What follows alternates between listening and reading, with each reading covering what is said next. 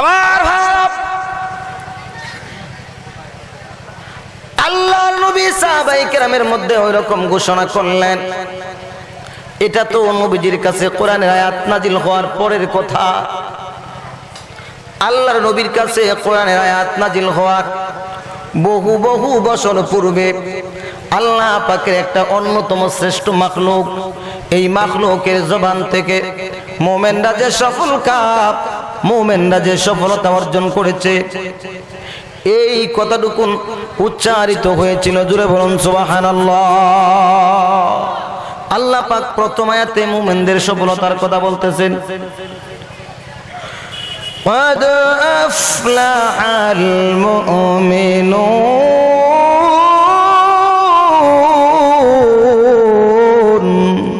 আল্লাহু আকবার।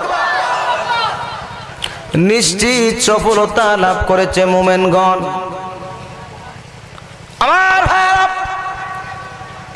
আল্লাহ পাক রব্বুল আলামিন আল্লাহর নবীর কাছে পবিত্র কোরআনুল কারীমের আয়াত নাজিল হওয়ার বহু কাল পূর্বে আল্লাহ পাকের একটা শ্রেষ্ঠ মাখলুক, ওই মাখলুকটার নাম হচ্ছে জান্নাতে আদন। জুড়ে বলেন নাম কি?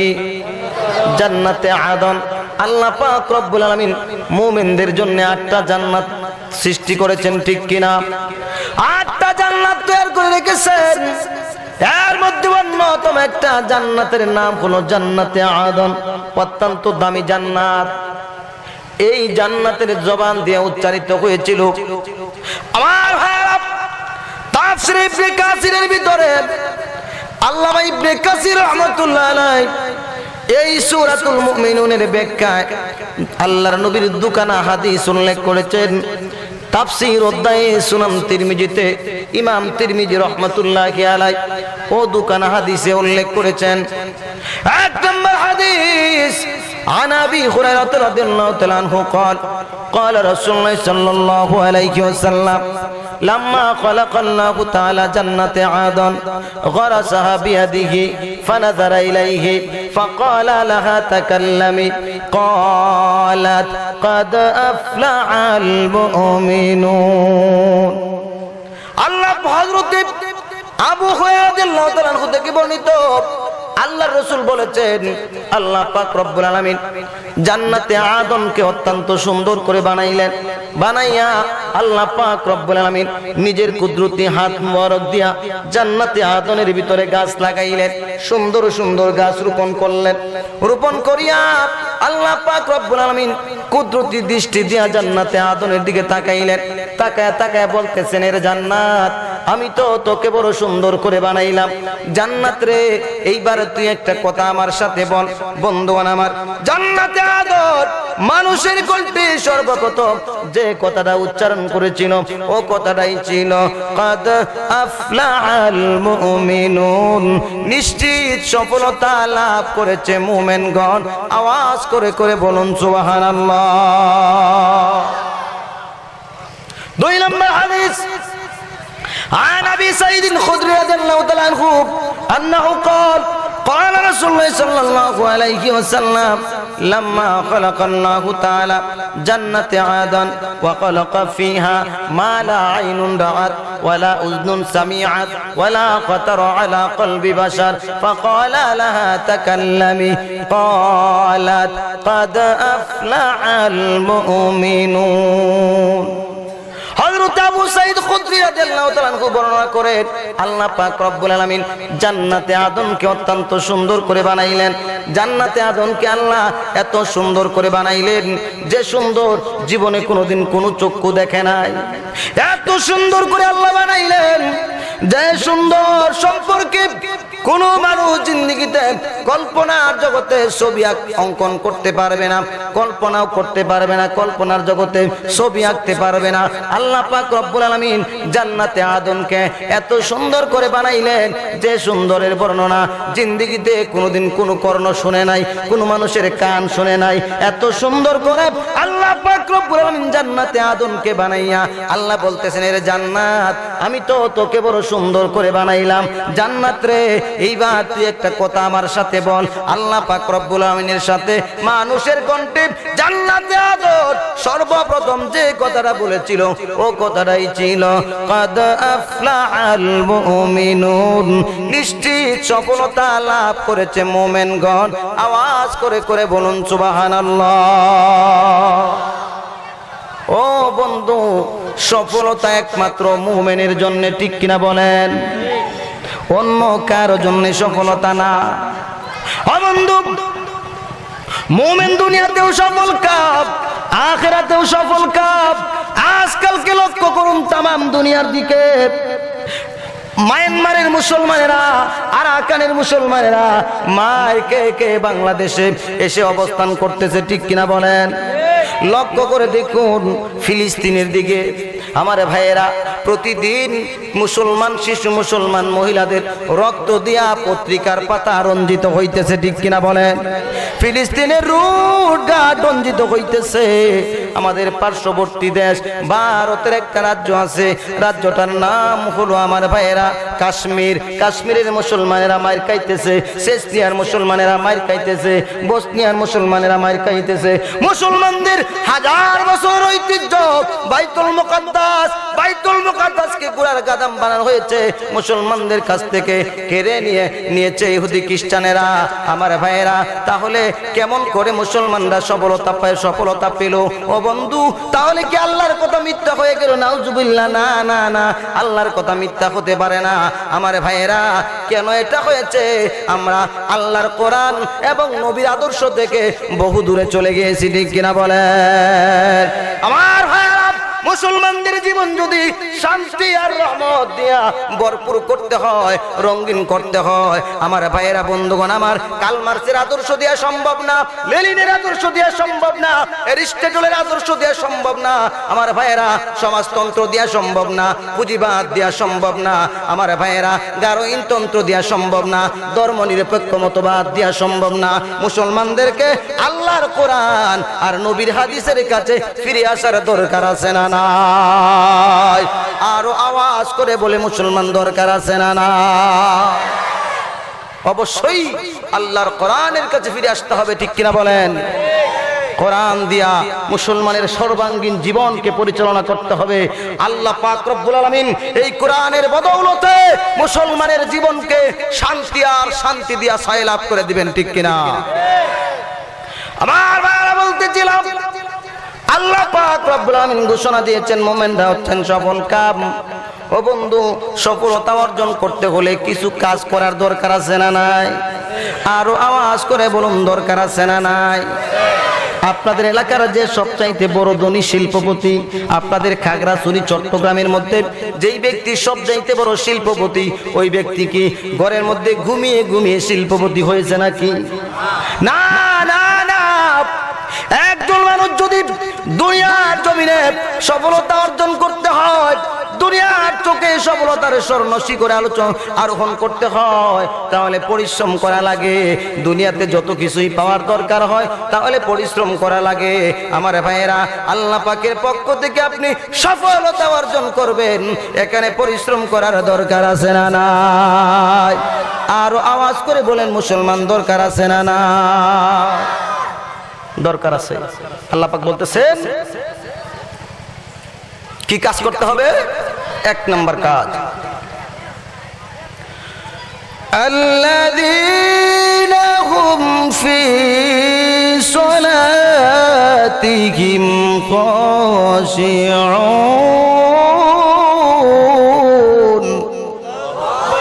আরো জোরে আল্লাহু আকবার। সফলতা অর্জন করতে হলে মুমিন ঈমান আনার পরে এক নাম্বার যে কাজটা হবে, ওই কাজটা হবে খুশু সহকারে সালাত আদায় করতে হবে, খুশু সহকারে নামাজ আদায় করতে হবে। আজকালকে অত্যন্ত দুঃখের বিষয় আর পরিতাপের সাথে বলতে হয়, শতকরা 92 জন মুসলমানের দেশ এই বাংলাদেশ, এই বাংলাদেশে আল্লাহর হুকুম নামাজ প্রতিষ্ঠিত আছে নাকি? নাই নাই নাই, ভালো করে নাই। ইচ্ছে করলে মন চাইলে ব্যক্তিগতভাবে কেউ পড়ে, আবার কেউ পড়ে না। সামাজিকভাবে রাষ্ট্রীয়ভাবে নামাজ প্রতিষ্ঠিত নাই, ঠিক কিনা বলেন?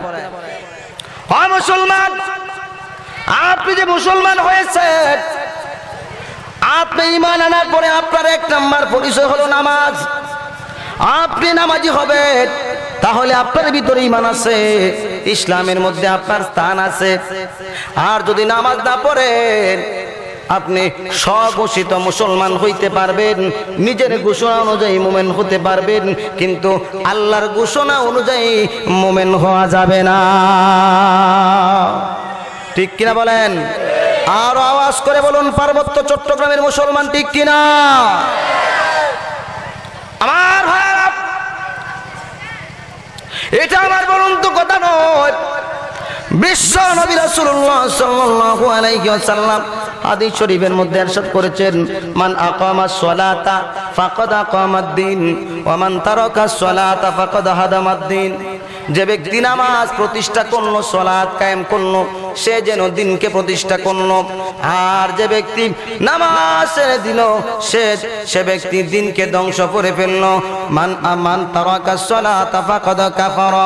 আল্লাহ নবী বলেন, অন্য হাদিসের মধ্যে আল্লাহ নবী বলেন, যে ব্যক্তি নামাজ ছেড়ে দিল, সে যেন কুফরি করে ফেললো। ও বন্ধু, কুফরি করে নামাজ ছেড়ে দিয়া আল্লাহর জান্নাতের আশা করা যায় না,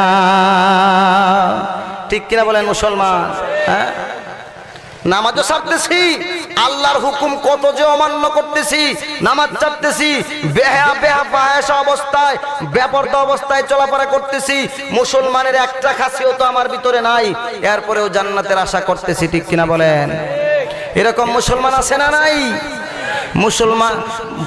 মুসলমান, জান্নাত কি কাহার শ্বশুর বাড়ি নাকি?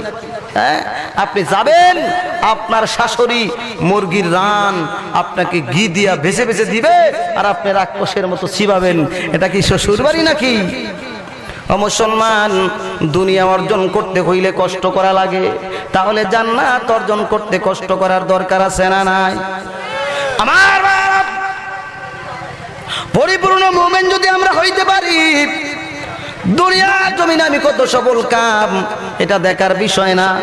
দুনিয়াতে ঘর বাড়ি কেমন আছে এটা দেখার বিষয় না, টাকা পয়সা কেমন আছে এটা দেখার বিষয় না, রাজনৈতিক পরিমণ্ডলে আমি কত বড় নেতা এটা দেখার বিষয় না, সমাজে আমি আমার কত বড় গ্রহণযোগ্যতা আছে এটা দেখার বিষয় না। আল্লাহ পাকের পরিপূর্ণ মুমিন বান্দা যদি হতে পারি, আমার ভাইয়েরা, আল্লাহর নবীর দেখানো পন্থায় নামাজি বান্দা যদি আমি হতে পারি, আল্লাহ পাক রব্বুল আলামিন ইন্তেকাল করার পরে আল্লাহ জান্নাতের বাসিন্দা বানায় দিবেন। সুবহানাল্লাহ। আরো আওয়াজ করে বলুন সুবহানাল্লাহ, চিৎকার মেরে বলুন আল্লাহু আকবার। আমার ভাইরা, এই নামাজটা আমাদের পড়া দরকার আছে না নাই? ও বন্ধু, নামাজ পড়লে লাভ আছে না ক্ষতি? লাভ আছে না নাকি? আলোচনা কি আপনাদের কাছে খারাপ লাগতেছে? আলোচনা কি শেষ করে দেব? আমার ভাই, যেই ব্যক্তি নামাজ না পড়ে নিজেকে মুমিন দাবি করতে পারে না, যেই ব্যক্তি আল্লাহর হুকুম 5 ওয়াক্ত নামাজ আদায় করে, ওই ব্যক্তি নিজেকে মুমিন দাবি করতে পারবে এবং গুনাহ থেকে সে পবিত্র, এটা সে বলতে পারবে। কারণ এই কথা আমার কথা নয়, আমার মতো মৌলবীর কথা নয়, আপনাদের প্রতিষ্ঠানের মুহতামিম সাহেবের কথা নয়, আলেম ওলামা যে এখানে যারা বসে আছেন ওনাদের কথা নয়, এটা আল্লাহর নবী 1500 বছর আগে বলে গিয়েছেন। আনাবি হুরায়রা রাদিয়াল্লাহু তাআলা আনহু قال سمعت رسول الله صلى الله عليه وسلم يقول لو أن نهرا من باب أحدكم يغسل منه كل يوم 5 مرات هل يبقى من درن شيء قال فذلك صلوات الخمس يمحو الله بهن الخطايا। আমার ভাইরা, হযরত আবু হুরায়রা রাদিয়াল্লাহু তাআলা আনহু বলেন, আল্লাহর নবী সাল্লাল্লাহু আলাইহি সাল্লাম একদিন আমাদের সামনে ওয়াজ করতেছেন। আল্লাহর নবী নামাজ শেষ করে আমাদের দিকে ফিরিয়া আল্লাহর নবী ওয়াজ করতেছেন। আল্লাহর নবী বলতেছেন, ও আমার সাহাবীরা শোনো, যদি তোমাদের কারো বাড়ির পাশ দিয়া একটা ঝর্ণা জারি হয়, ঝর্ণা চিনি তো আমরা, কি বলেন? পাহাড়ি এলাকার মানুষ না চিনার তো কথা না, হ্যাঁ? বিভিন্ন অঞ্চলে গেলে মানুষ ঝর্ণা চিনে না, আপনারা তো না চিনার কথা না, কারণ আপনারা পার্বত্য এলাকার মানুষ, ঠিক কিনা বলেন? অবশ্যই আপনারা চিনবেন। ঝর্ণা, যেই ঝর্ণাটা পাহাড় থেকে প্রবাহিত হয়। আমার ভাব নবীজি বলেন, ও আমার সাহাবীরা শুনো, যদি তোমাদের কারো বাড়ির পাশ দিয়ে একটা ঝর্ণা জারি হয়, আর যদি কোনো ব্যক্তি ওই ঝর্ণার মধ্যে দৈনিক 5 বার গোসল করে, বলো রে সাহাবীরা বলো, ওই ব্যক্তির বডির মধ্যে কোনো ময়লা থাকবে নি? ওই ব্যক্তির গায়ের মধ্যে কোনো ময়লা থাকতে পারে কিনা? সাহাবায়ে কেরাম উত্তর দিলেন, না গো নবীজি না, ওই ব্যক্তির বডির মধ্যে, ওই ব্যক্তির শরীরের মধ্যে কোনো ময়লা থাকতেই পারে না। আমাদের কি অভিমত, যে ব্যক্তি দৈনিক 5 বার গোসল করে ওই ব্যক্তির বডির মধ্যে কোনো ময়লা থাকবে নাকি? না না না, ময়লা থাকতেই পারে না।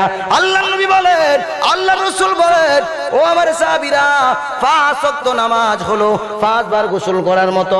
যে ব্যক্তি দৈনিক 5 বার গোসল করবে, আল্লাহ পাক রব্বুল আলামিন ওই ব্যক্তির আমলনামাটা এই রকম ভাবে ধুয়ে মুছে পাক সাফ পবিত্র করে নিষ্পাপ বানায় রাখবেন। আওয়াজ করে বলুন সুবহানাল্লাহ। আমার ভাইরা, এটা কেমন করে সম্ভব? আরেকটি হাদিসের মধ্যে হযরত ওমর রাদিয়াল্লাহু তাআলা আনহুর বর্ণনায় আল্লাহর নবী বলেন, হযরত ওমর রাদিয়াল্লাহু তাআলা আনহু বর্ণনা করতেছেন যে হাদিসটা ফকি আবুল্লাহ সমরকন্দি রাহমাতুল্লাহি আলাইহি উনি ওনার কিতাবের মধ্যে উল্লেখ করেছেন। আমার বন্ধুগণ, হযরত ওমর রাদিয়াল্লাহু তাআলা আনহু বলতেছেন, ও আল্লাহর নবীর সাহাবীরা, ও দুনিয়ার মুসলমানেরা শোনো, একজন মানুষ সর্বপ্রথম ফজরের নামাজ পড়ে, ঠিক কিনা বলেন? দিনের শুরুতে কিসের নামাজ? ফজরের নামাজ। ফজরের নামাজ আদায় করিয়া মানুষ কিন্তু বসে থাকে না। ব্যবসায়ী তার ব্যবসা প্রতিষ্ঠানের মধ্যে চলে যায়, কৃষক তার কৃষি ক্ষেতের মধ্যে চলে যায়, চাকরিজীবী তার চাকরি প্রতিষ্ঠানের মধ্যে চলে যায়। আমার ভাইরা, প্রত্যেকেই প্রত্যেক কাজের মধ্যে চলে যায়। দুনিয়ার জমিনে চলতে চাইলে পাপ গুনাহ হইতেই পারে, ঠিক কিনা বলেন? বর্তমান জামানা তো আমার ভাইরা গুনাহ আর গুনার পরিবেশ দিয়া ভরা, ঠিক কিনা বলেন? আপনি গুনাহ করতে চাইবেন না, আপনাকে জোর করে গুনাহ করানোর পরিবেশ আছে না? না, আপনি একটু চা পান করতে যাবেন চার স্টলে, টিভি দেখার কোনো ইচ্ছা আপনার নাই, গান শোনার কোনো ইচ্ছা আপনার নাই, 4 স্টলে টিভি চলতেছে। এখন চা পান করতে হলে আপনাকে স্টলেই যাওয়া লাগবে, কারণ প্রত্যেকটির মধ্যে টিভি আছে। আপনি বসে বসে চা পান করছেন, আপনার কানের মধ্যে ডিস্কো ড্যান্সারের নাচ আসতেছে, শব্দ আসতেছে। কি বলেন? আপনি এখানে গুনাহ করেন নাই, আপনাকে জোর করে গুনাহ করানো হইতেছে, ঠিক কিনা বলেন? হ্যাঁ, আজকে মুসলমানের বিবাহ শাদী হিন্দু খ্রিস্টানদের চাইতেও নিকৃষ্ট হয়ে গেছে। আওয়াজ করে বলুন, ঠিক কিনা? বিবাহ শাদীতে এমন ডেক সেট বাজায়, এমন গান আর বাদ্য, এমন নষ্ট গান আর বাদ্য বাজায়, আশপাশের 50-40 বাড়ির মানুষ ঘুমাতে পারে না, মাটি পর্যন্ত তরতর করে খাপে, ঠিক কিনা বলেন? আপনাদের চট্টগ্রামের কথা বলতেছি না, ঢাকার কথা বলতেছি। আপনারা আলহামদুলিল্লাহ অনেক ভালো আছেন, কারণ আপনাদের চট্টগ্রাম হচ্ছে আলেম ওলামাদের দেশ, ওলি আল্লাহদের দেশ। আলহামদুলিল্লাহ বলুন। অনেক গুনাহ আপনাদেরকে স্পর্শ করতে পারে নাই। কি বলেন? ভারতের সেই সিরিয়ালগুলো আপনাদের কাছে এসেছে? হ্যাঁ, স্টার জলসা, স্টার প্লাস, জি বাংলা, এরকম এই বুঝে না সে বুঝে না, চোখের তারা তুমি, এইরকম অনুষ্ঠান কি আপনাদের কাছে এসেছে? হ্যাঁ, আপনাদের মহিলারা কি এগুলো দেখে? কি বলেন? তাহলে আল্লাহ বাঁচিয়ে রাখো। আমার মা বোনেরা, যাদের কানে আমার মাইকের আওয়াজ যাইতেছেন, গো মা, ও মা, আমি একজন মুসাফির হিসাবে, আপনার সন্তান হিসাবে, আপনার সন্তানের মতো হইয়া গো মা, আপনাকে অনুরোধ করে বলতেছি গো মা, এই সমস্ত নষ্ট আর ভ্রষ্ট সিনেমার কাছে যাবেন না। যদি যতক্ষণ সময় আপনি ওই সমস্ত নষ্ট আর ভ্রষ্ট সিনেমাগুলা দেখে দেখে সময় কাটান, ওই সময়টুকু যদি আল্লাহর কোরআনের তেলাওয়াত করে করে কাটাইতেন, আল্লাহ পাক রব্বুল আলামিন ইচ্ছে করলে আপনাকে জান্নাতের মধ্যে মর্যাদা বাড়ায় দিতে পারতেন, ঠিক কিনা? ও আমার ভাইরা, বলতেছিলাম বন্ধুগণ আমার, আল্লাহর রাসূল বলেন, যেই ব্যক্তি দৈনিক 5 বার গোসল করে তার গায়ের মধ্যে যেরকম গুনাহ থাকে না, যে ব্যক্তি দৈনিক 5 বার নামাজ পড়ে ওই ব্যক্তির আমলনামার মধ্যে কোনো গুনাহ থাকে না। হযরত ওমর বলতেছেন, ও দুনিয়ার মুসলমানেরা, দিনের শুরুতে ফজরের নামাজটা আদায় করিয়া প্রত্যেকেই প্রত্যেকের কর্ম প্রতিষ্ঠানের মধ্যে চলে যাও, দুনিয়ার জমিনে ঘোরাফেরা করো, বিভিন্ন প্রকারের গুনাহের পরিবেশ আছে।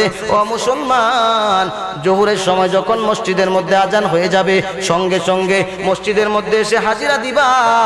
ফজর থেকে জোহর পর্যন্ত মধ্যখানে যে গুনাহটা হয়েছে আল্লাহ পাক রব্বুল আলামিন জোহরের নামাজের বদৌলতে মধ্যখানের গুনাহকে আল্লাহ মাফ করে দেন। সুবহানাল্লাহ।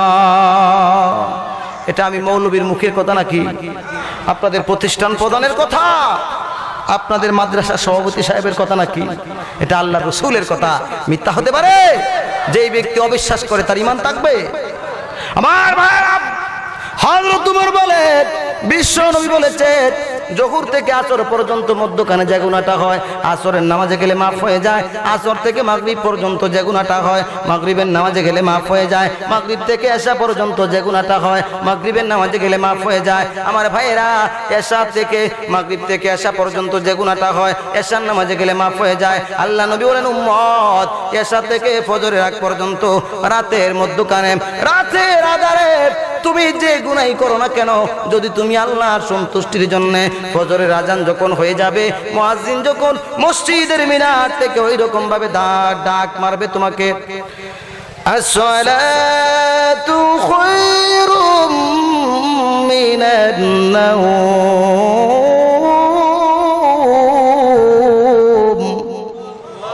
সঙ্গে সঙ্গে লেপ তুষক খাতা লাথি মেরে ফেলে দিবা, মসজিদের মধ্যে এসে হাজিরা দিবা। আল্লাহ পাক রব্বুল আলামিন রাতের অন্ধকারে তুমি যে গুনাহটা করে ফেলেছো নফসের দুকায় পড়ে, ও দুনিয়ার উম্মত, আল্লাহ পাক রব্বুল আলামিন রাতের গুনাহ তোমার ফজরের নামাজে যাওয়ার সঙ্গে সঙ্গে মাফ করে দিবেন। এক জুমা থেকে আরেক জুমা পর্যন্ত মধ্যখানে যে গুনাহটা হয় আল্লাহ পাক রব্বুল আলামিন কাফারা করে দেন। ও বন্ধু, তাহলে নবীজির হাদিস সত্য হয়ে গেল। ও বন্ধু, যে ব্যক্তি নামাজ পড়ে ওই ব্যক্তির আমলনামার মধ্যে কোনো গুনাহ থাকতে পারে না। আমার ভাইয়েরা, ওই রকম নামাজটাকে আমরা পড়তে রাজি আছি তো ইনশাআল্লাহ? জোরে জোরে বলুন, পড়তে রাজি আছি তো মুসলমান ইনশাআল্লাহ? অবশ্যই পড়া লাগবে। নামাজ ছেড়ে দিয়া আল্লাহর জান্নাতের আশা করা যায় না। নাকি জান্নাত যাওয়া যাবে? ও বন্ধু, এই নামাজটা যেমনি মনে চায় এমনি পড়লে চলবে না। আজকালকে তো বিভিন্ন প্রকারের নামাজের প্রতিযোগিতা হইতেছে, ঠিক কিনা বলেন? আমার ভাইয়েরা, সিলেট এক এলাকায় ওয়াজ করার জন্য গেলাম। সিলেট চিনেন তো আপনারা? এক এলাকায় ওয়াজ করার জন্য গেলাম। তখন এক ব্যক্তি কথা প্রসঙ্গে বলতেছে যে, হুজুর, আমাদের এলাকায় এক হাজি আছে। হাজি বুঝেন তো? যিনি কানাই খাবার জিয়ারত করেছেন, 2 বার হজ করেছেন উনি। 2 বার। কয়বার? 2 বার। এই 2 বারের হাজি এক পাগল, মাথায় সমস্যা আছে। এই পাগলের সাথে প্রতিযোগিতা করে নামাজ পড়ে। পাগলও তাড়াতাড়ি পড়ে, ওই ব্যক্তিও তাড়াতাড়ি পড়ে। কি বলেন? পাগলে কি বলে আর ছাগলে কি না খায়? পাগলের সাথে প্রতিযোগিতা করতে পারে? তাড়াতাড়ি করে নামাজ পড়ে। এখন এক ব্যক্তি বলতেছে, হাজি সাহেব, ইগু হইলো পাগল, ইগুর সাথে আপনি ইলা প্রতিযোগিতা করে নামাজ পড়তে পারোনি। হাজি সাহেব বলছে, মাতিস না, আমরার মসজিদ আর ইগু আমার আগে নামাজ পড়িল, এটা ওই বলি, ইগু আমার আগে নামাজ পড়িল, আমরা মসজিদ হইয়া এটা হইতে পারেনি। এই হলো আমাদের নামাজের অবস্থা, ঠিক কিনা বলেন? আমার ভাই, এইরকম নামাজ পড়লে চলবে না। আল্লাহ বলতেছেন খুশু সহকারে নামাজ পড়া লাগবে। আজকে তো আমরা এরকম মুসল্লি নামাজের মধ্যে দাঁড়ায় গেলাম। এই ডাক বাংলা ইসলামী শিক্ষা কেন্দ্র পার্বত্য খাগড়াছড়ি অন্তর্ভুক্ত এই মসজিদের মধ্যে, আর মনে মনে চলে গেলাম চট্টগ্রাম। আছে না না? নামাজ কয় রাকাত হয়েছে এটাও বলতে পারে না। এক বাজারের মসজিদ, মসজিদের পাশে বাজার, বাজারের পাশে মসজিদ। ইমাম সাহেব এশার নামাজ পড়াচ্ছেন। এশার নামাজ কত রাকাত? এশার ফরজ নামাজ কয় রাকাত? 4 রাকাত। ইমাম সাহেব নামাজ পড়াচ্ছেন, ভুল ক্রমে 3 রাকাত করে নামাজ শেষ করে ফেলেছেন। ভুল তো মানুষেরই হয়, কি বলেন? হ্যাঁ, হয় না মাঝে মধ্যে? এই ভুল হইলে সংশোধন করার ব্যবস্থা আছে না নাই? হ্যাঁ, অনেক এলাকায় এরকম আছে, অনেক এলাকায় এরকম বেয়াদব আছে। ইমাম সাহেব যদি নামাজের মধ্যে মাঝে মধ্যে ভুল করে, তাহলে ইমাম সাহেবকে বিভিন্ন প্রকারের টিটকারি আর মস্কারা করে। আছে না নাই? এই বেয়াদব, নামাজে ভুল হইলে সেই ভুল সংশোধন করার ব্যবস্থা ইসলামে রাখা হয় নাই। তো টিটকারি করবে কেন? কারণ ইমাম সাহেব তো মানুষ, মানুষের তো ভুল হবেই, কি বলেন? স্বাভাবিক। বলতেছিলাম ওই ইমাম সাহেব 3 রাকাত পরে নামাজ শেষ করে ফেলেছে, পিছনে মসজিদ ভরা 2 কাতার মুসল্লি, কেউ আর সঠিক করে বলতে পারতেছে না নামাজ কত রাকাত হয়েছে। কেউ বলতেছেন 3 রাকাত, কেউ বলতেছেন 4 রাকাত, কেউ বলতেছেন 5 রাকাত, কেউ বলতেছেন ঠিকই 4 রাকাত। পিছনের একেবারে 2 নম্বরের কাতারের একেবারে লাস্ট থেকে একজন চাচা মিয়া বলতেছে, ইমাম সাহেব আল্লাহর কসম করে বলি নামাজ 3 রাকাত। দূরে বলেন কয় রাকাত হয়েছে? 3 রাকাত। এখন ইমাম সাহেব বলতেছে, চাচা যেহেতু আপনি আল্লাহর কসম বলতেছেন তাহলে আপনার কথার মধ্যে একটা দলিল আছে, ঠিক কিনা বলেন? কেমনে হইল 3 রাকাত আপনি বলেন? চাচা বলতেছে, ইমাম সাহেব আপনি যে মসজিদের মধ্যে নামাজ পড়ান ওই মসজিদের পাশে হলো বাজার, এই বাজারের মধ্যে আমার 4টা দোকান আছে। জুড়ে বলেন কয়টা? 4টা দোকান আছে। প্রতিদিন নেশার নামাজের আগে বেচা কেনা বন্ধ করিয়া, বেচা কেনা শেষ করিয়া দোকানগুলা বন্ধ করিয়া এশার নামাজের মধ্যে আসি। এশার 4 রাকাত নামাজের মধ্যে দাঁড়ায়া মোটামুটি 4টা দোকানের হিসাব করি।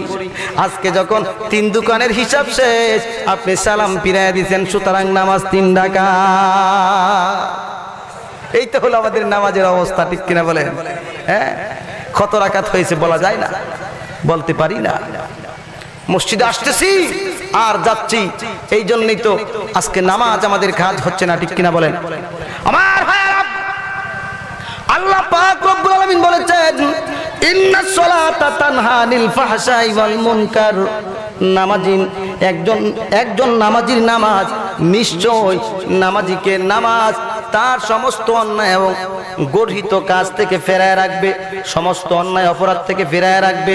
আমার বন্ধুগণ, দেখা যায় মসজিদের প্রথম কাতারের মুসল্লি সমাজের সবচাইতে বড় সুদখোর আছে না? না, কি বলেন? সুদের বিরুদ্ধে কথা বললে আপনারা বেজার হন? হ্যাঁ, বেজার হন। মনে হয় আপনারা বেজার হবেন। বেজার হন, সমস্যা নাই, সামনে দাওয়াত দিবেন না, এই তো। কিন্তু এইবার তো মাইক পাইছি, এইবার তো ভালো করে বলা যাবে। আমার ভাইরা, আজকে যারা সুদ খাইতেছেন লক্ষ্য করে একটু শুনুন, এই দুনিয়া চিরস্থায়ী না, চিরস্থায়ী দুনিয়াতে থাকা যাবে না, ঠিক কিনা বলেন? থাকা যাবে না। আজকে আমি যে বাড়ি যে ঘরের মধ্যে বসবাস করতেছি, এই বাড়িতে একদিন আমার বাবা বসবাস করতেন, ঠিক কিনা বলেন? তার পূর্বে তার বাবা, তার পূর্বে তার বাবা, আজকে আমি আছি, একদিন আমি থাকবো না, এ বাড়ির মালিক হয়ে যাবে আমার ছেলে সন্তান, ঠিক কিনা বলেন? এই দুনিয়া থাকার জায়গা না, ইচ্ছে করলে থাকা যাবে না। মুমিনের দুনিয়ার সফলতা আসল সফলতা না, কবরের সফলতা হলো আসল সফলতা, পরকালের সফলতা হলো আসল সফলতা, ঠিক কিনা বলেন?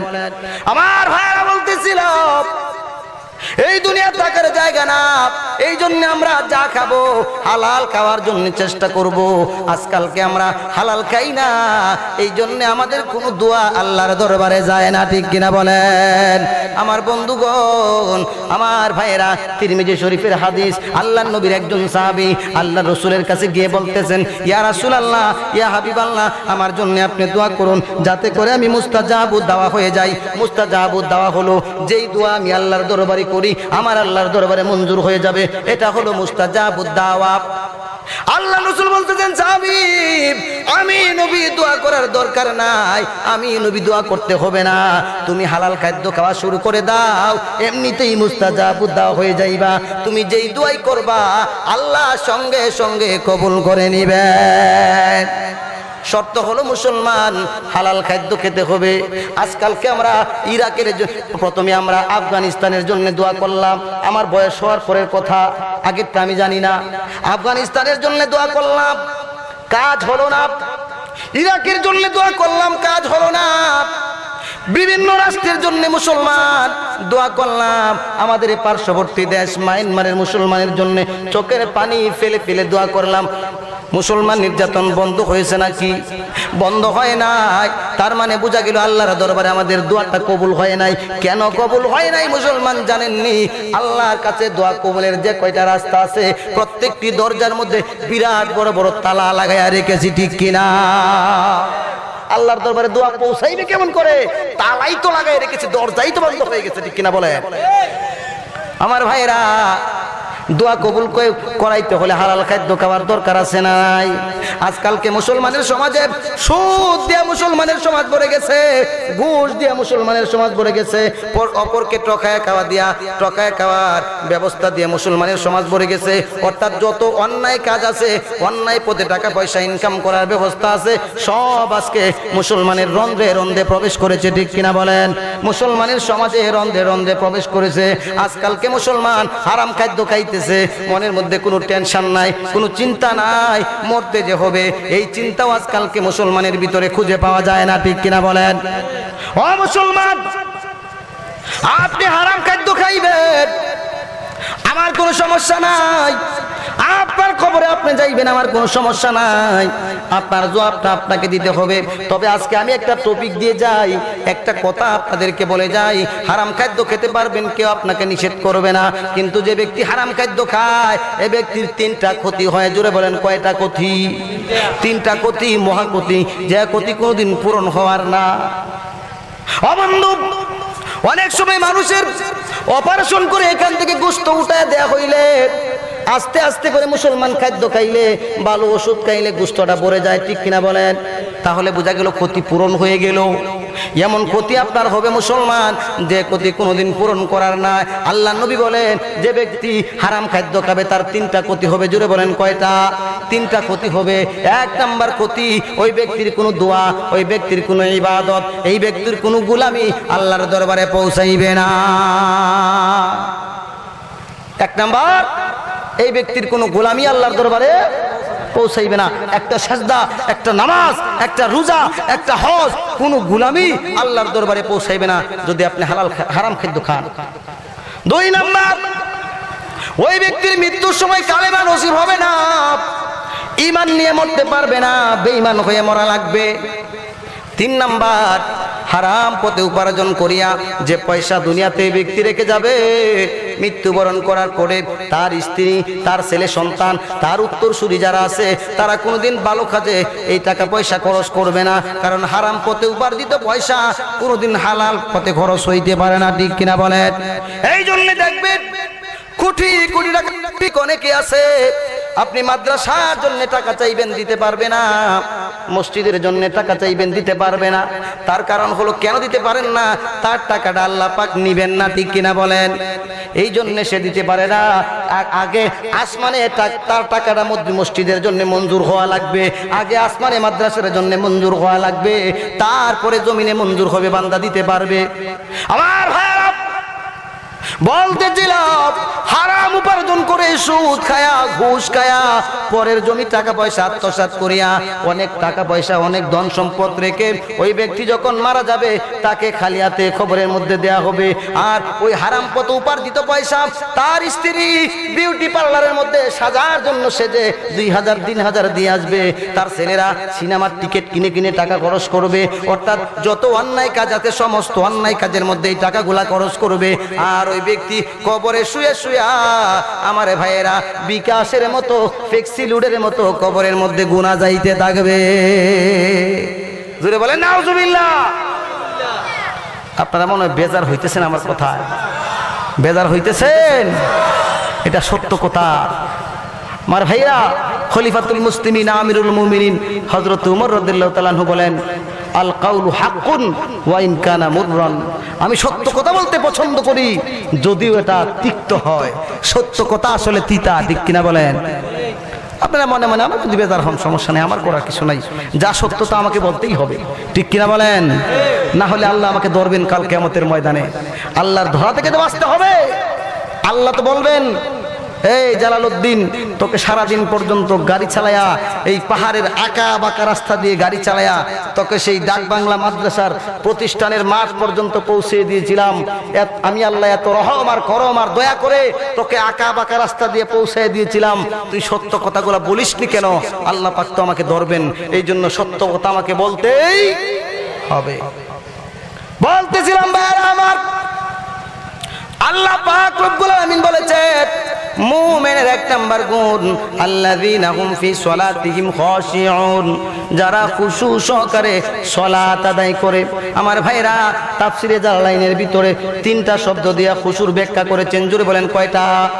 তিনটা শব্দ দিয়ে খুশু ব্যাখ্যা করেছেন, খুশুউন আও খাইফুন আও মুতাওয়াদিউন আও সাবিতুন। খুশু মানে হইল মনের মধ্যে ভয় নিয়া নামাজ আদায় করা।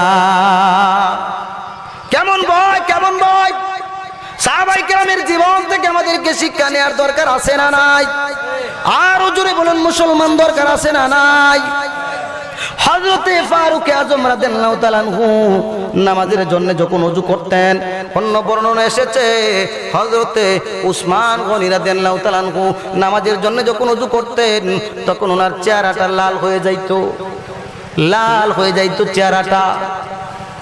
সঙ্গী সাথীরা প্রশ্ন করতেন, ও গো আমিরুল মুমিনিন, আপনি যখন নামাজের জন্য ওযু করেন আপনার চেহারাটা যেই রকম হয় অন্য কোন সময় তো এই রকম হয় না, তার কারণ কি? হযরত ওমর বলতেন, ওগো আল্লাহর নবীর সাহাবীরা, ও আমার সাথী সঙ্গীরা, তোমরা কি জানো না আমি তো এমন এক মাহবুদের কাছে, এমন এক মাহবুদের দরবারে হিসাব নিকাশ দেওয়ার জন্য দাঁড়াইতে যাইতেছি, এমন এক মাহবুদের সাথে প্রেমের কানেকশন করার জন্য যাইতেছি, যদি সামান্যতম বেয়াদবি হয়ে যায় আমি ওমরের জীবনটা তো বরবাদ হয়ে যাবে। কেমন সাহাবী বলছেন এই কথা? কেমন সাহাবী? যিনি দুনিয়াতে থেকে জান্নাতের সুসংবাদ পেয়েছেন, ঠিক কিনা? আল্লাহর নবী দুনিয়াতে 10 জনকে জান্নাতের সুসংবাদ দিয়েছেন, এর মধ্যে 2 নাম্বার হলো হযরত ওমর রাদিয়াল্লাহু তাআলা আনহু। উনি যখন নামাজের জন্য ওযু করতেন ওনার চেহারাটা এরকম হইতো। আমরা কোন অবয়ে পায়া বসে আছি, কোন অবয়ে পায়া আমরা বসে আছি? আমরা নামাজের মধ্যে যাইলে কত রাকাত পড়ছে আমাদের খেয়াল থাকে না, ঠিক কিনা বলেন? আল্লাহর ভয় মনের মধ্যে নিয়ে নামাজ আদায় করতে হবে। ও মুসলমান, প্রশ্ন করতে পারেন, হুজুর আমরা তো নামাজের মধ্যে মনটাকে টিকায় রাখার জন্য চেষ্টা করি, আমাদের মনটা তো এদিক সেদিক চলে যায়, যদি রাখতে হয় আস্তে আস্তে করে আপনার পুরাটা পা পচে যেতে পারে। আল্লাহর ওলি বলতেছেন, ডাক্তার আল্লাহর পক্ষ থেকে যা ফয়সালা হয় তা মেনে নেওয়া লাগবে, আমার আঙ্গুলটা আপনি কেটে ফেলেন। আমার ভাইরা, ডাক্তার বলতেছে, আল্লাহর ওলি গো আপনাকে সাটাই দিয়া পেঁচাবো। সাটাই বুঝি তো আমরা, ওই যে বাঁশ দিয়া ছোট ছোট করে চিকন চিকন করে বেত তোলা হয়, আমরা আমাদের বাসায় বলি বেত, আপনারা কি বলেন? এই বেত একত্রিত করিয়া যে একটা সাটাই বানানো হয়, আমাদের ঢাকার ভাষায় বলা হয় সাটাই, আপনারা কি বলেন? বুঝেন তো নাকি? আল্লাহর ওলিকে ডাক্তার বলতেছে, আল্লাহর ওলি গো আপনাকে সাটাই দিয়া পেঁচাইবো, রশি দিয়ে বাঁধবো, তারপরে আপনার পায়ের আঙ্গুলটা কেটে ফেলবো। ও বন্ধু, তৎকালীন জামানায় বর্তমান সময়ের মতো চিকিৎসা বিজ্ঞান এত উন্নয়নের স্বর্ণ শিখরে আরোহণ করেন নাই। তখনকার জামানায় বর্তমান সময়ের মতো অপারেশন থিয়েটারের ব্যবস্থা ছিল না, হাসপাতাল ডায়াগনস্টিক সেন্টারের ব্যবস্থা ছিল না। ওই রকম ভাবে রশি দিয়া বেঁধে চাটাই দিয়া পেঁচায় অপারেশন করা হইতো। ডাক্তার অপারেশন করতেছে, রোগী চিল্লাচিল্লি করতেছে, এটাই ছিল নিয়ম। আল্লাহর ওলিকে ডাক্তার বলতেছে, আল্লাহর ওলি গো আপনাকে চাটাই দিয়া পেঁচায়া ধরবো, তারপরে আপনাকে আপনার পায়ের আঙ্গুলটা কেটে আপনাকে অপারেশন করব। আল্লাহর ওলি বলতেছেন, ডাক্তার আমাকে চাটাই দিয়া পেঁচাতে হবে না, রশি দিয়ে আমাকে বেঁধে রাখার দরকার নাই। আমি যখন নামাজের মধ্যে দাঁড়ায় যাব তখন তুমি আমার পায়ের আঙ্গুলটা কেটে ফেলবা। আওয়াজ করে বলুন আল্লাহু আকবার। এইরকম নামাজ আজকে আমাদের বাংলাদেশে আছে নাকি? মসজিদের মধ্যে মশায় যখন একটা সুইচ পায়ের মধ্যে বিদ্ধ করে দেয়, মশায় কামড় দেয়, এমন ভাবে নড়াচড়া করে, এমন জোরে তাপা মারে যেন হাতি মারতেছে, ঠিক কিনা বলেন? তারপরে নামাজ শেষ করে মাঝি ঝড় কয়াল লড়াইলেন না, খামুর দিছে মশায়, 12টা বাজে মুয়াজ্জিনের আছে না নাই? এইরকম মুসল্লি ইমাম সাহেবকে দমক দেয়, আছে না নাই? আমি বলি, ও মুসলমান, ও মুসল্লি, তুমি কত বড় মুসল্লি হয়েছো, ইমাম সাহেবকে যদি অন্যায় ভাবে একটা দমক দাও তোমার জীবনের সমস্ত আমল, সর্বস্ব আমল আল্লাহ পাক বরবাদ করে দিবেন, ঠিক কিনা? ইমাম সাহেবকে দমক দেওয়ার মতো ক্ষমতা মসজিদের কোনো সভাপতির নাই, মসজিদের কেশিয়ারের নাই, মসজিদের সেক্রেটারির নাই, নাই, নাই, ঠিক কিনা বলেন মুসলমান? আজকালকে আলেম ওলামা সাধারণ মানুষের কাছে নির্যাতিত হইতেছে, এই জন্যই তো আজকে সমাজের এই অবস্থা। অন্যায় আর অবিচার দিয়া মুসলমানের সমাজ ভরে যাইতেছে। আপনারা মনে বেজার হইতেছেন আমার কথায়? আমার ভাইরা বলতেছিলাম,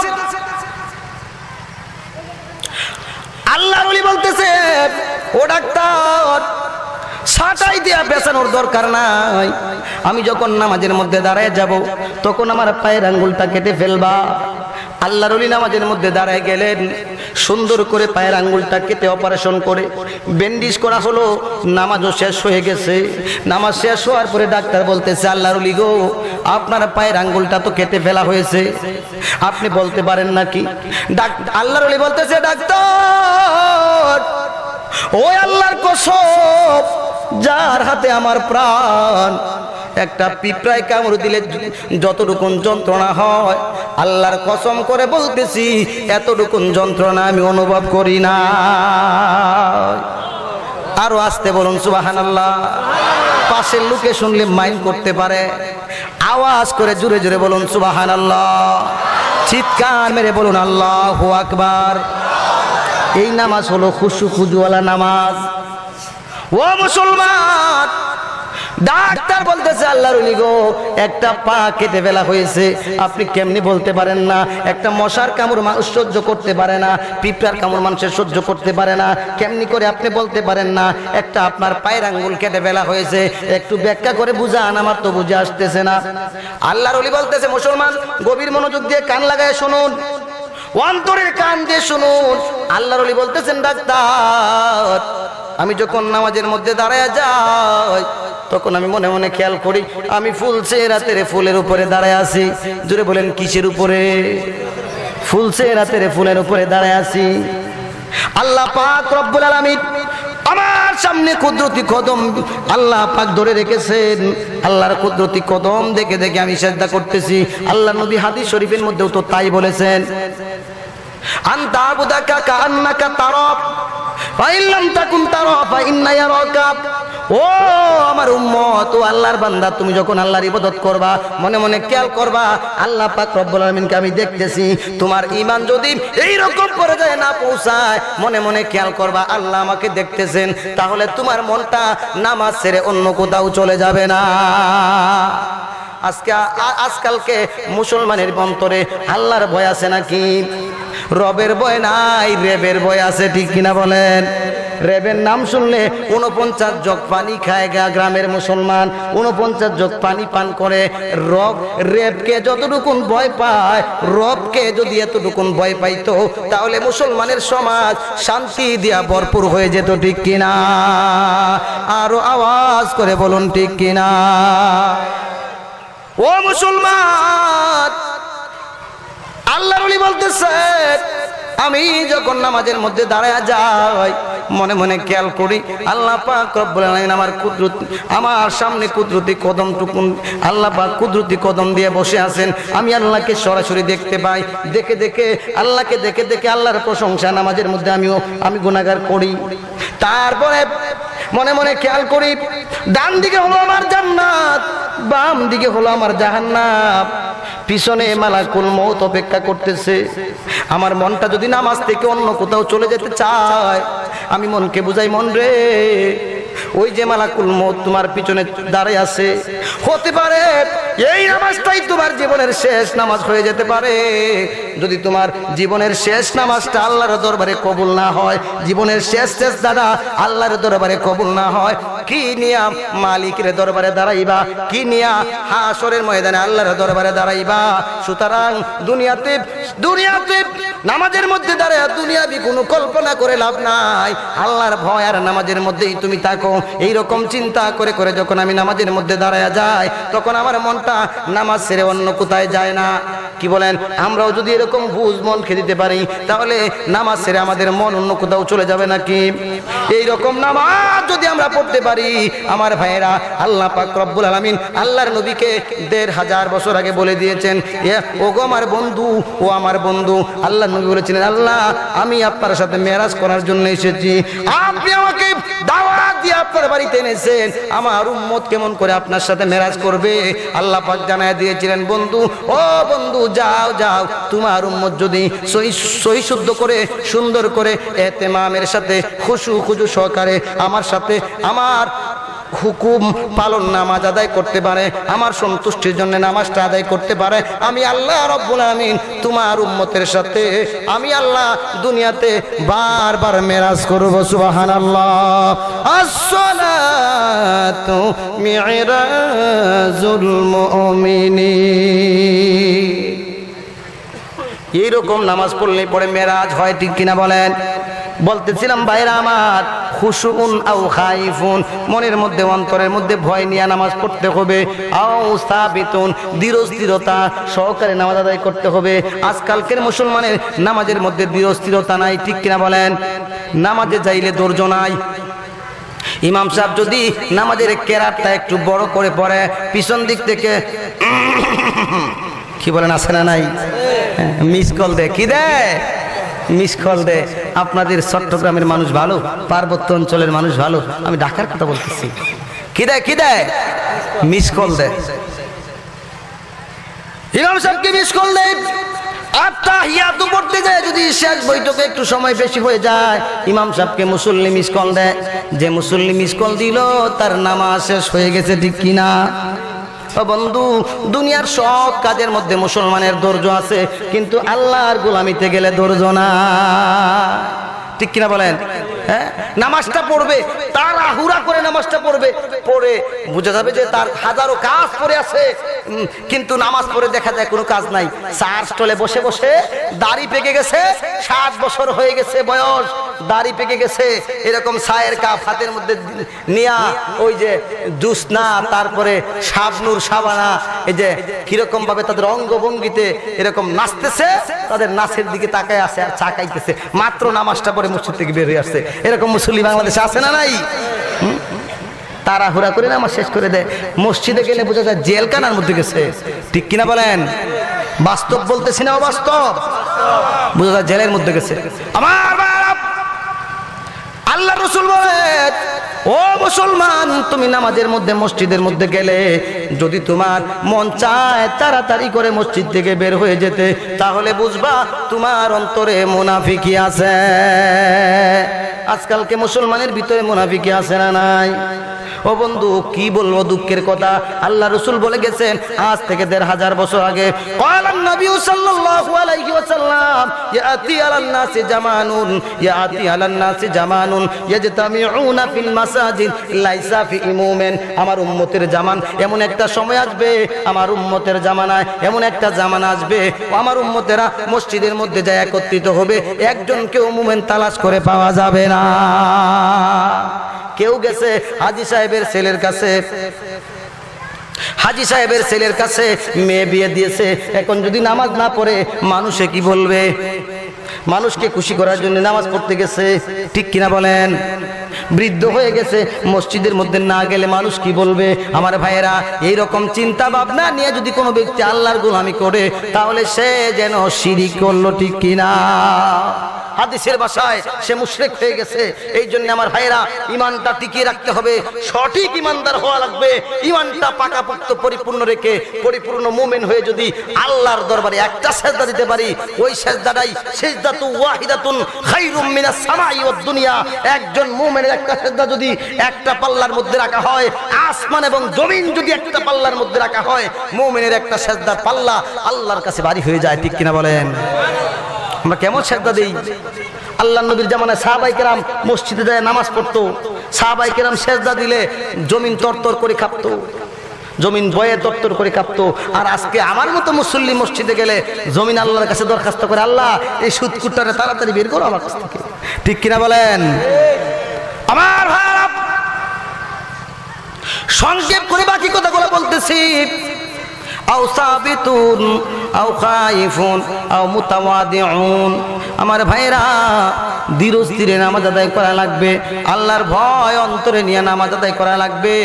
আমার বন্ধুগণ, পরিপূর্ণ মুমিনের মতো নামাজ আদায় করা লাগবে। যদি আমরা পরিপূর্ণ মুমিনের মতো নামাজ আদায় করতে পারি, তাহলে আল্লাহ পাক আমাদেরকে পুরস্কার দিবেন কি দিবেন না? আল্লাহর কাছে পুরস্কারের ব্যবস্থা আছে কি নাই? আরো জোরে মুসলমান আছে কি নাই? আমার ভাইরা, বাকি কথাগুলো সংক্ষেপ করে বলতেছি। আল্লাহর নবী ১৫০০ বছর আগে হাদিস শরীফের মধ্যে বলে গেছেন, মান হাফাজা আলাস সালাওয়াত আকরামাহুল্লাহু তাআলা বিখামসি খিসাল, যে ব্যক্তি, যে মুসলমান হেফাজত সহকারে 5 ওয়াক্ত নামাজ আদায় করবে, আল্লাহর সন্তুষ্টির জন্য খুজু সহকারে পড়বে, আল্লাহ পাক রব্বুল আলামিন ওই ব্যক্তিকে 5টা পুরস্কার দিয়ে পুরস্কৃত করবেন। জুড়ে বলেন কয়টা? 1 নাম্বার ইরফাওয়ান হুদিকুল আইশ, 1 নাম্বারটা হলো ও বান্দারা জীবনে রিজিকের কোনো সংকট থাকবে না, রিজিকের কোনো অভাব থাকবে না। ওই ব্যক্তি জীবন জীবিকার দায়িত্ব আল্লাহ কুদরতি হাতে গ্রহণ করবেন। সুবহানাল্লাহ। আমার ভাই, আজকাল কি মানুষ এমপির কথা বিশ্বাস করে, চেয়ারম্যানের কথা বিশ্বাস করে, মেম্বারের কথা বিশ্বাস করে, নির্ভর এই কথার উপরে নির্ভর করিয়া তারপরে কাজ করে, এই কথার উপরে বিশ্বাস করিয়া নির্ভরযোগ্য হইয়া কাজ করে, ঠিক কিনা বলেন? কিন্তু নবীর কথার উপরে নির্ভরতা নাই, মুসলমানের অন্তরে নবীর কথার উপরে পরিপূর্ণ বিশ্বাস নাই। নবীজি বলেছেন, যে ব্যক্তি দৈনিক 5 ওয়াক্ত নামাজ ইতিমামের সাথে খুশু সহকারে আদায় করবে, ওই ব্যক্তির জীবিকার কোনো সংকট হবে না, রিস্কের কোনো সংকট হবে না। আল্লাহ পাক রব্বুল আলামিন কুদরতি হাতে তার রিস্কের ব্যবস্থা করবেন। সুবহানাল্লাহ। কি বলেন? ব্যবস্থা করবেন কি করবেন না? ব্যবস্থাতে করবেন। এর অসংখ্য দলিল হাদিস মুসলমানের ইতিহাসে আছে। আমার ভাইরা, বলার সময় নাই, এই জন্য বলতেছি না। 2 নাম্বার ওয়াযাবুল কবর। আল্লাহ নবী বলেন, নামাজিকে কবরের আযাব থেকে আল্লাহ পাক রব্বুল আলামিন ওই নামাজের বদৌলতে বাঁচায় দিবেন। আমার ভাইরা, যে ব্যক্তি নামাজ আদায় করে, ওই ব্যক্তির নামাজের ভিতরে রোজার সওয়াবও আছে, হজ্জের সওয়াবও আছে, যাকাতের সওয়াবও আছে, সমস্ত ইবাদতের সওয়াব আছে। কারণ কোন ব্যক্তি যদি আল্লাহ নবী বলেন, আল কুফরু আল ঈমান ফারকু বাইনাস সালাত, নবীজি বলেন কুফর এবং ঈমানের পার্থক্য করা হয় নামাজের মাধ্যমে, ঠিক কিনা বলেন? আমার ভাই, আপনি যদি 5 ওয়াক্ত নামাজি হয়ে থাকেন, আল্লাহর নবী ১৫০০ বছর আগে বলে গেছেন, ইযা বুদিয়াল মাইয়িতু ফি কবরি জাআল কুরআনু ইনদার আসিহি as-সালাতু আন ইয়ামিনিহি as-সিয়ামু আন শিমালিহি জাইরুল হাসানাতি ইনদা রিজালাইন। আমার ভাইরা, এটা একটা কোরআনের প্রতিষ্ঠান। এই জন্য আমার এই কথাটা সংক্ষেপ করে বলেই তারপরে শেষ করে ফেলবো। রাজি আছেন তো ইনশাআল্লাহ?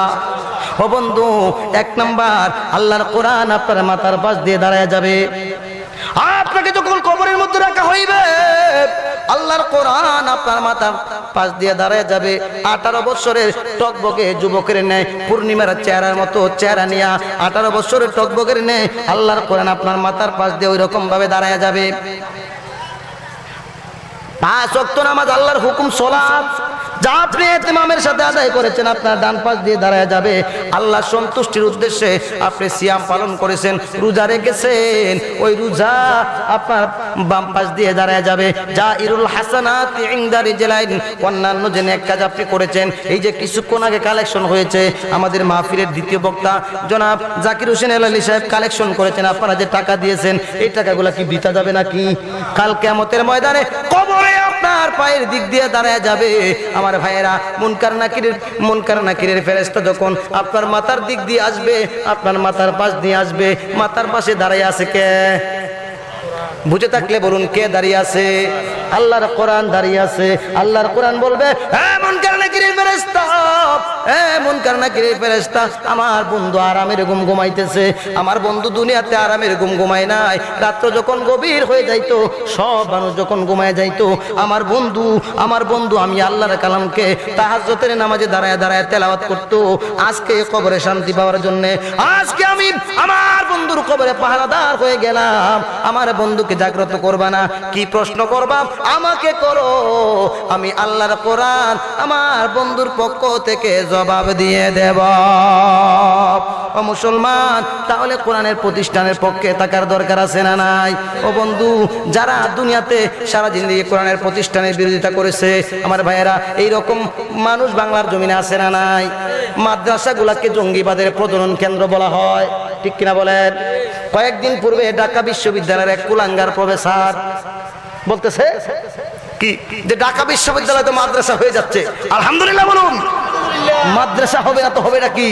হ্যাঁ, তোমরা তো তোমাদের ছাত্রদেরকে ডেটিং শিক্ষা দেও, বান্ধবীদেরকে নিয়ে পার্কে বসে আড্ডা দেওয়া শিক্ষা দেও, বান্ধবীদেরকে নিয়ে বাদাম খাওয়া শিক্ষা দেও।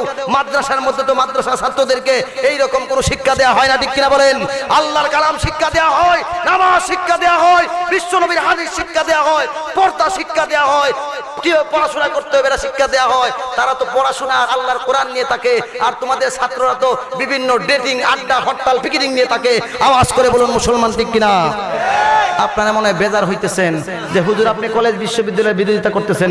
বিরোধিতা করতেছি না আমার ভাইয়েরা, আমরাও তো কলেজ বিশ্ববিদ্যালয়ে পড়েছি, আমাদের বন্ধু বান্ধব অনেকে আছে কলেজ বিশ্ববিদ্যালয়ে পড়ে। কেন বলতেছি?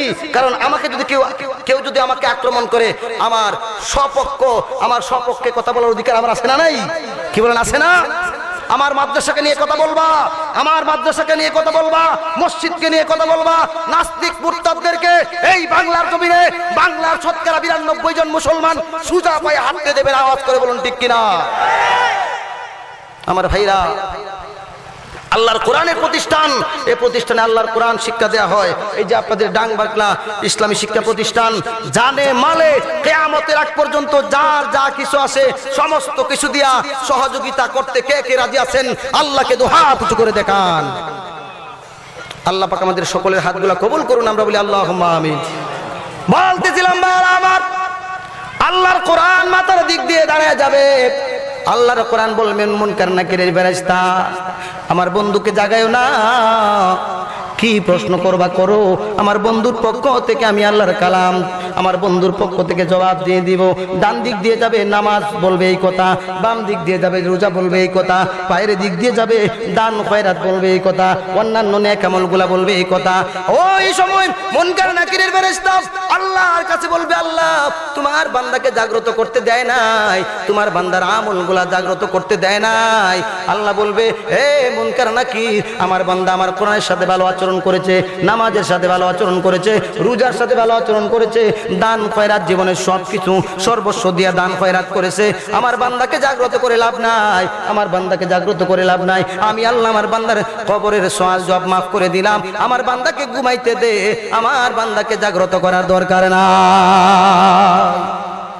মুসলমান, আমরা কোরআনের পক্ষে থাকবো, মাদ্রাসার পক্ষে থাকবো, মসজিদের পক্ষে থাকবো, আলেম ওলামাদের পক্ষে থাকবো। আলেমদেরকে মহব্বত করব, মাদ্রাসার ছাত্রদেরকে মহব্বত করব, মাদ্রাসার শিক্ষকদেরকে মহব্বত করব, অর্থাৎ নেক কাজ করেওয়ালা ব্যক্তি যারা আছেন তাদের সবাইকে আমরা মহব্বত করব। রাজি আছি তো ইনশাআল্লাহ? আল্লাহ পাক রব্বুল আলামিন আমাদের সবাইকে কবুল করুন, মঞ্জুর করুন। আমরা সকলে বলি আল্লাহুম্মা আমিন। কোরআন আলহামদুলিল্লাহি রাব্বিল আলামিন, আসসালাতু ওয়াসসালামু আলা আশরাফিল আমবিয়া ওয়াল মুরসালিন ওয়া আলা আলিহি ওয়া আসহাবিহি আজমাইন। রব্বানা ظلمنا أنفسنا وإن لم تغفر لنا وترحمنا لنكونن من الخاسرين رب ارحمهما كما ربياني صغيرا رب ارحمهما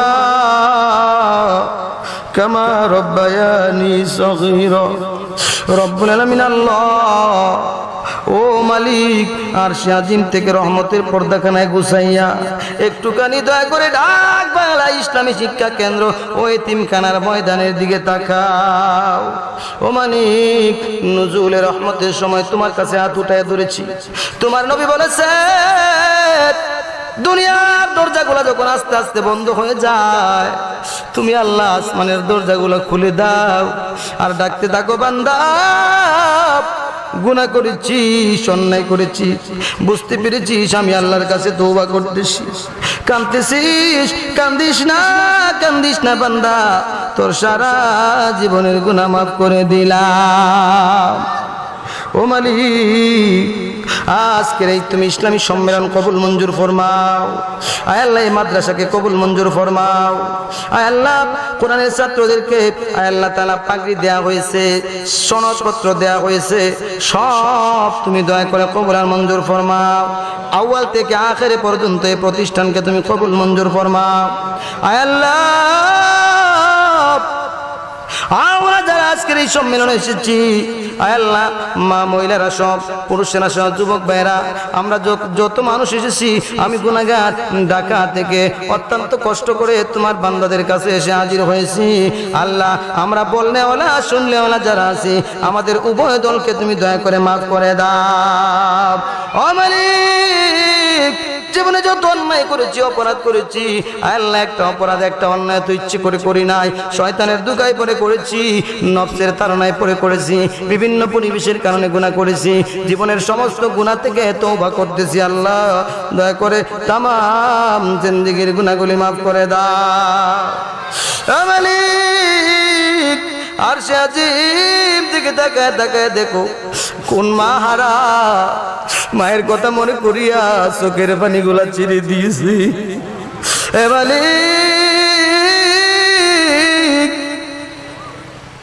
কার জানি মা নাই, মায়ের কথা মনে হয়ে গেছে, চোখের পানি ছেড়ে দিয়েছে, মায়ের জন্য কান্না শুরু করে দিয়েছে। ও আল্লাহ, বাবার কথা মনে হয়ে বাবার জন্য কান্না শুরু করে দিয়েছে। যাদের মা নাই, বাবা নাই, মায়ের জন্য কাঁদতেছে, বাবার জন্য কাঁদতেছে, ওই এতিমগুলি চোখের পানি তুমি কেমনে ফিরাইয়া দিবা? মা এবং বাবার কবর জান্নাতের বাগিচা বানায় যাও। আরো যারা দাদা দাদি নানান আত্মীয় স্বজন বন্ধু বান্ধব, হকদার দাবিদার মায়ের আওলাদ বাবার আওলাদ বন্ধু বান্ধবের মধ্য থেকে যারা এই দুনিয়া ছেড়ে কবরে আছে, আল্লাহ প্রত্যেকের কবরগুলি তুমি করে দয়া করে জান্নাতের বাগান বানায় দাও। আয় আল্লাহ, এই পার্বত্য এলাকা, এই ডাক বাংলা এলাকার যত মুমিন মুর্দিগান আল্লাহ মুসলমান ঈমান নিয়ে নিয়ে কবরে গেছে, সকলের কবরে কবরে ইয়ার সওয়াব পৌঁছায় দাও। সকলের কবরগুলি তুমি দয়া করে জান্নাতের বাগিচা বানায় দাও। আয় আল্লাহ, আমাদের পক্ষ থেকে লক্ষ কোটি দুরূদ এবং সালাম এই মাহে রবিউল আউয়ালের মাসে আমাদের পক্ষ থেকে লক্ষ লক্ষ কোটি কোটি অসংখ্য দুরূদ এবং সালাম তোমার বন্ধু রোজায় পৌঁছায় দাও। ও আল্লাহ, আমরা মুসলমানেরা তোমার নবীর মহব্বত অন্তরের মধ্যে নিয়া চোখের পানি ফেলে ফেলে তোমার কাছে দরখাস্ত করতেছি। আল্লাহ, খানায় কাবা জিয়ারত নসিব না করে আমাদেরকে মৃত্যু দিও না। আল্লাহ, যদি খানায় কাবা জিয়ারত আমাদের নসিব না হয়, অন্তত একবার হলেও তোমার বন্ধুকে স্বপ্নে দেখার তৌফিক দান করে দিও। আল্লাহ, সর্বোপরি আমাদেরকে খাঁটি মুমিন বানায় দাও, ইমানদার বানায় দাও, পরহেজগার মুত্তাকিন নামাজওয়ালা বানায় দাও। আল্লাহ, এই প্রতিষ্ঠানকে কবুল মঞ্জুর করে নাও। আজকের এই মাহফিল সাজাইতে যাইয়া টাকা দিয়া, পয়সা দিয়া, বুদ্ধি দিয়া, পরামর্শ দিয়া, আল্লাহ শ্রম দিয়া যে যত প্রকারের সহযোগিতা করে, আল্লাহ যে যত প্রকারের সহযোগিতা করেছে সব তুমি দয়া করে কবুল আর মঞ্জুর ফরমাও। রব্বানা তাকাব্বাল মিন্না ইন্নাকা আনতাস সামিউল আলিম ওয়া তুব আলাইনা ইন্নাকা আনতাত তাওয়াবুর রহিম। اللهم أهني مسكينا وأمتني مسكينا واحشرني في زمرة المساكين واجعل آخر كلامنا عند الموت لا إله إلا الله محمد رسول الله.